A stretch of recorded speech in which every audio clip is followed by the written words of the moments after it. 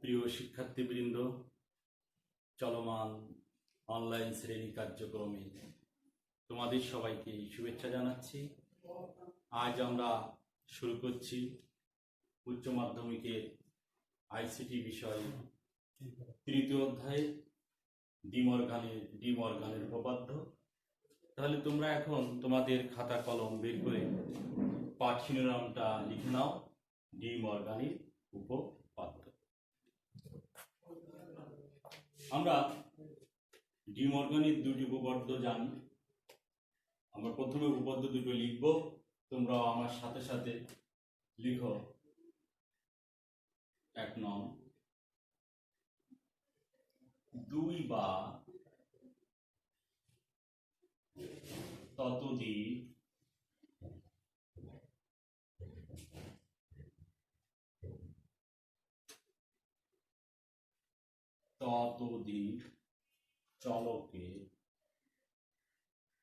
চলকের যোগফলের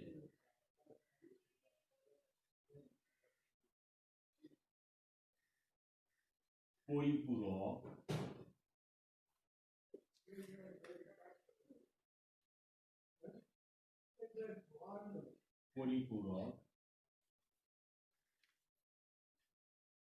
পরিপূরকের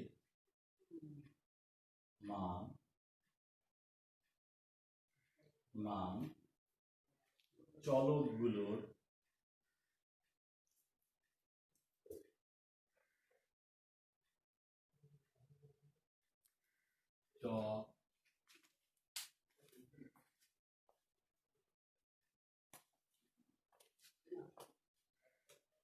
চলক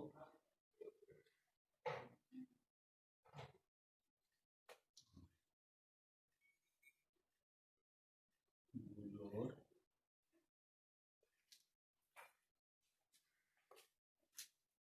পরিপূরকের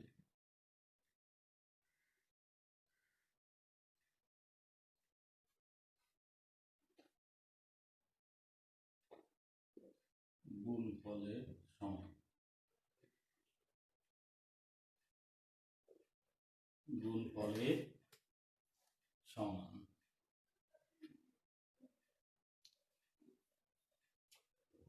2 নংটা লিখো, 2 বা ততোধিক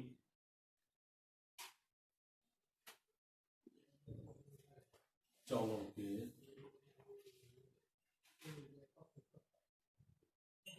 গুণফলের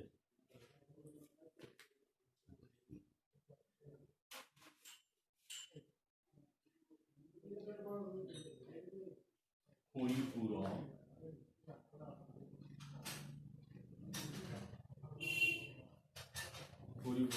লিখো, 2 বা ততোধিক চলকের গুণফলের পরিপূরক ওই চলকগুলো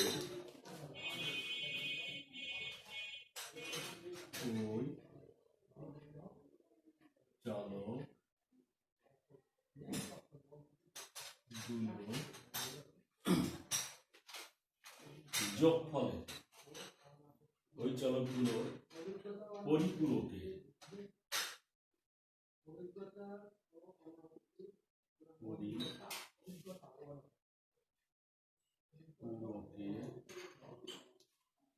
যোগফলের সমান।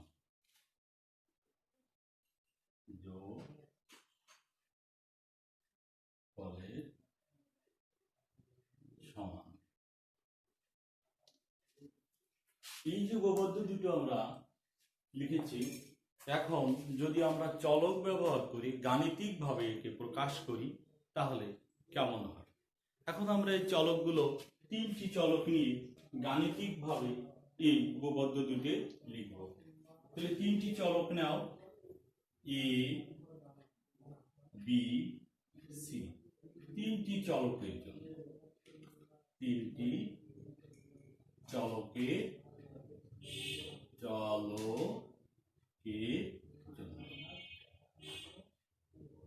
তাহলে এখন আমরা কি করছি, এবিসি 3টি চলকের জন্য এই উপপাদ্য দুটোকে গাণিতিকভাবে লিখব। তাহলে প্রথমে লিখো 1 নং দিয়ে চলক কয়টি বলতো? 3টি চলক। সেই 3টি চলক আমরা কি কি নিয়েছি? এ, বি এবং সি। তাহলে প্রথমে কি ছিল? এই চলকগুলো যোগফল, এ প্লাস বি প্লাস এদের পরিপূরক। দেখো যে চলকের পরিপূরকের মান যোগফলে পরিপূরকের মান এ বি সি 3টি চলক, তাদের যোগফল তার পরিপূরকের মান। চলকগুলো কি কি ছিল? A B C. তাহলে এই চলকগুলো পরিপূরক। কার পরিপূরক? এর পরিপূরক। A bar dot B bar dot C bar. তাহলে সেই চলকগুলোর পরিপূরকের গুণফলের সমান। 1 নং। এখন 2 নংটা আমরা আবার ঠিক একইভাবে লিখে নিচ্ছি। এ বি আরেকটা কি? সি। এদের পরিপূরক গুণফলের পরিপূরক এ বি সি গুণ তার পরিপূরক সমান দিয়ে লিখবো। কি লিখছি? ওই যে চলকগুলোর পরিপূরক, তার কি? চলকগুলোর পরিপূরক এর পরিপূরক যোগ বির পরিপূরক যোগ সি পরিপূরক। চলকগুলো পরিপূরক তার যোগফলের সমান। তাহলে এখন আমরা দুটো উপপাদ্য পেলাম। এই যে উপপাদ্য দুটো পেয়েছি, এই উপপাদ্য দুটোকে আমরা এখন একটা সত্যক সারণী অর্থাৎ ট্রুথ টেবিলের সাহায্যে প্রমাণ করে দেখব যে কিভাবে একটা ট্রুথ টেবিলের সাহায্যে এই সূত্র দুটো আমরা প্রমাণ করতে পারি। এখন আমরা সেই প্রমাণের দিকেই যাব। তোমরা খাতা কলমটা সাথেই রাখো। আমি উপরের থেকে এই দুটো মুছে দিচ্ছি।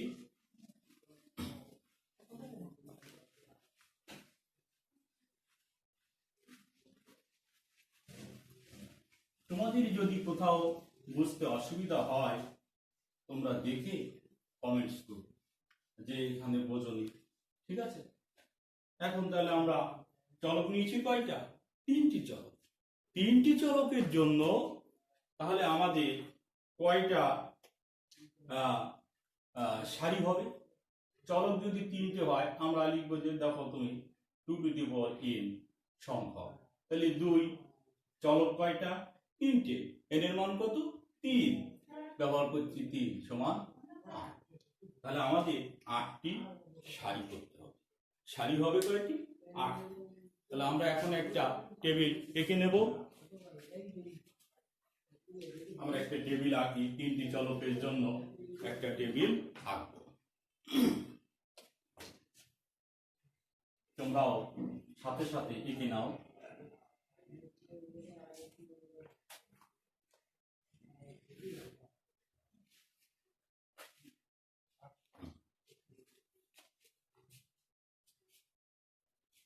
কিন্তু উপরের দুটো দিচ্ছি, একটা আমরা কলমের সংখ্যা ব্যবহার করব আর একটা চলক ব্যবহার করব। কলমের সংখ্যা আর চলক ব্যবহার।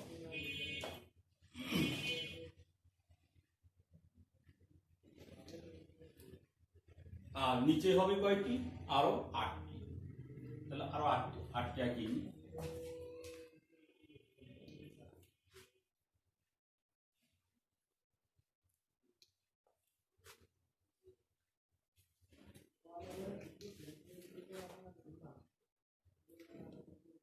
কয়টা হলো? 1 2 3 4 5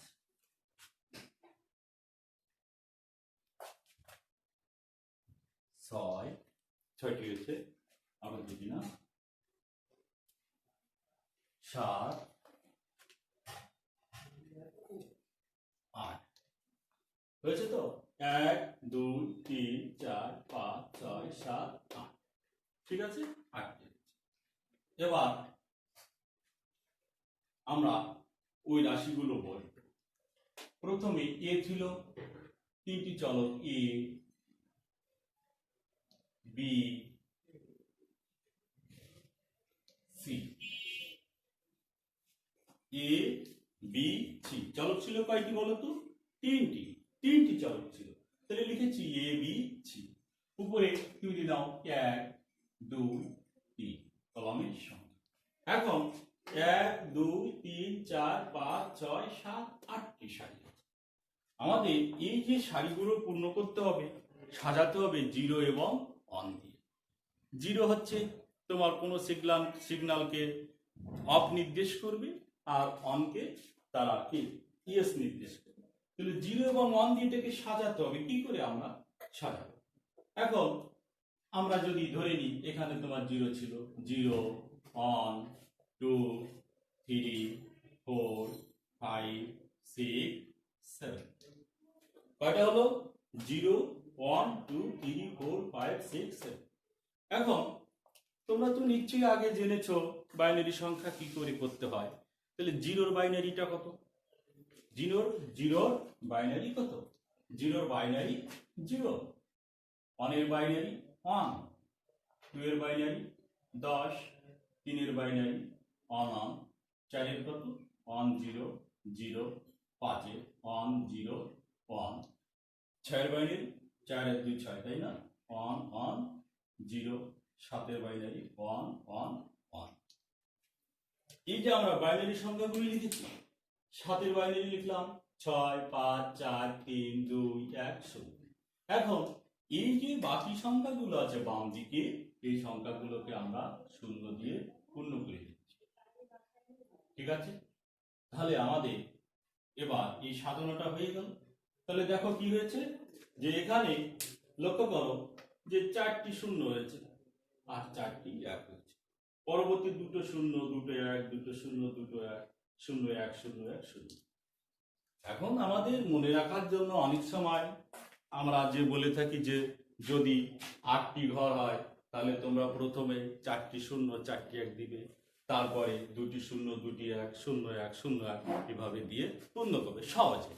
আর মূলকৃত আসলে যে 0 1 2 3 এই যে 8টা আছে তাদের বাইনারি সংখ্যা। এখন আমরা যে উপপাদ্য দুটো ছিল তোমরা নিশ্চয়ই তোমাদের লেখা আছে, আমি আবার উপপাদ্য দুটো একটু লিখে নিচ্ছি। দেখো প্রথমে কি ছিল? a plus B plus C সমান কত? a bar dot B bar dot C bar. আর একটা কি ছিল? আর একটা ছিল a বি সি বার দিয়ে লিখেছিলাম a bar plus B bar plus C bar. আমরা এ বি সি 3টি কলাম তৈরি করেছি। এখন আমরা এখানে লক্ষ্য করো a plus B plus C, তার উপরে বার চিহ্ন আছে। তাহলে এখন আমরা লিখবো a plus B plus C. a plus B plus a plus B plus C. তার পরবর্তীতে কি হবে? এর উপরে বার চিহ্ন, a plus B plus C, তার উপরে বার চিহ্ন। এটা ছিল কোথায়? প্রথমটা বাম পক্ষ, রেটে 4 রেটে 5। a plus B plus C বলতে কোনটা? এই 3টে সারিকে আমরা যোগ করে লিখবো। তার যোগের সময় কি হবে? যদি কোথাও একটা 1 থাকে সেই সারিতে 1 হবে। তাহলে এখন দেখো 0 1 1 1 1 1 1 1।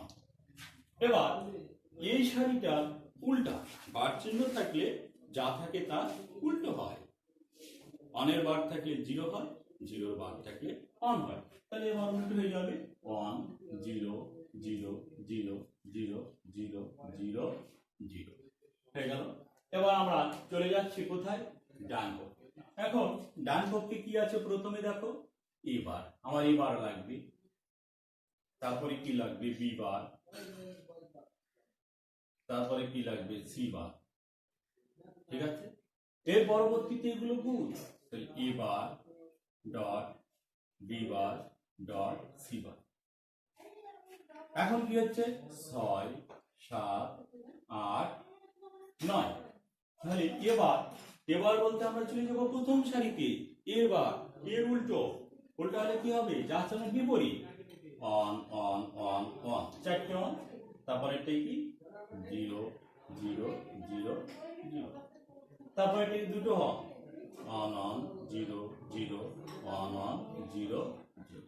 তারপরে C on 0 on 0 on zero on zero. এবার কি হচ্ছে তাহলে দেখেছো, এবার এই যে 6 7 8 কলাম ছিল এ তার গুণফল গুণ। এখন তোমরা নিশ্চয়ই ছোট সবসময় জেনে থাকি যে আমরা কোনো কিছুর সাথে যদি শূন্য গুণ করা হয় তার ফলাফলটা সবসময় শূন্য হয়। তাহলে এখানেও তার ব্যতিক্রম কিছু নয়, আমাদের ফলাফলটা আসবে একটি শূন্যর সাথে যদি গুণ করা হয় শূন্য হবে। তাহলে এখানে আমরা 3টি 1 গুণ করে 1 পাচ্ছি, শূন্য আছে একটা শূন্য, বাকিগুলো নিচের গুলো সব কি হচ্ছে শূন্য হচ্ছে। তাহলে একটু খেয়াল করে দেখো তো যে এই যে 5 নং কলামের সাথে আমাদের 9 নং কলামে একটা মিল হয়েছে। তাহলে আমরা 1 নং উপপাদ্যটি প্রমাণ করতে পেরেছি কিসের সাহায্যে? সত্য সারণীর সাহায্যে। লিখেছো। এখন আমরা 2 নং উপপাদ্যটি প্রমাণ করব কিসের সাহায্যে? একইভাবে সত্য সারণীর সাহায্যে। এখন এর বাম পক্ষ দেখে নাও, এ বি সি গুণ তার উপরে বার আছে। তাহলে প্রথমে A dot B dot C dot এই লিখলাম, তারপরেরটাই কি A dot B dot C dot তার উপরে বার চিহ্ন আছে বাম পক্ষে।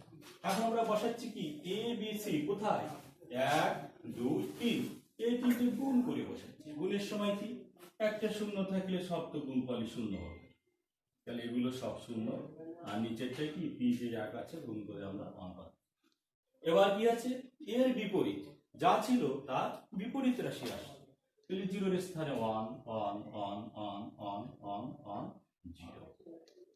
তাহলে হয়ে গেল আমরা 2 নং সমীকরণের বাম পক্ষটা পেয়ে গেলাম।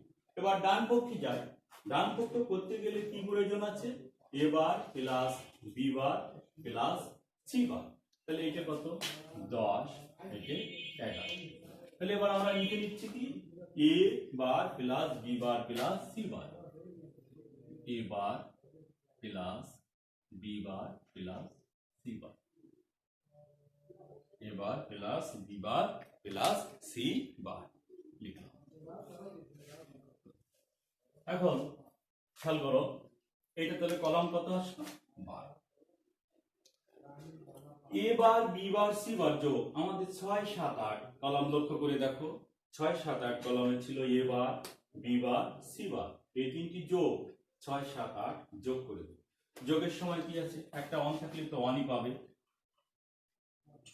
শুধুমাত্র নিচে দেখো 6 7 8 এর তিনটি শূন্য আছে যোগ করে শূন্য পাওয়া যাচ্ছে।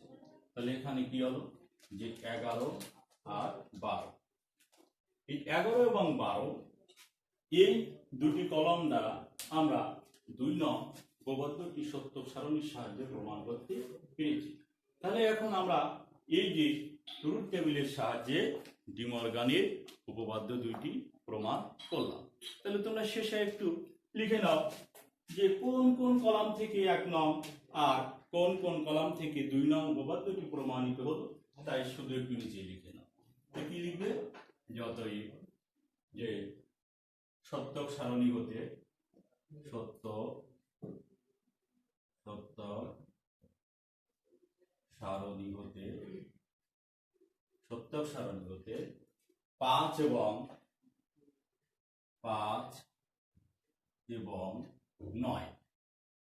9 নং কলাম দ্বারা 6 নং 1 নং উপপাদ্য 1 নং এবং 11 ও 12 নং 11 ও 12 নং কলাম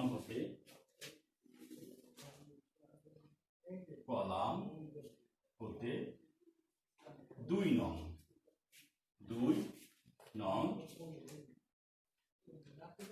উপপাদ্য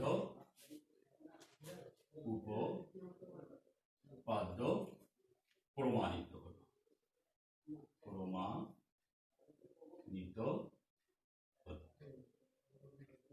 তাহলে তোমাদের যদি কারো কোথাও বুঝতে অসুবিধা হয় তাহলে তোমরা কমেন্টস বক্সে কমেন্টস করবে যে কোথাও বুঝতে পারিনি বা কোনো সমস্যা হয়েছে।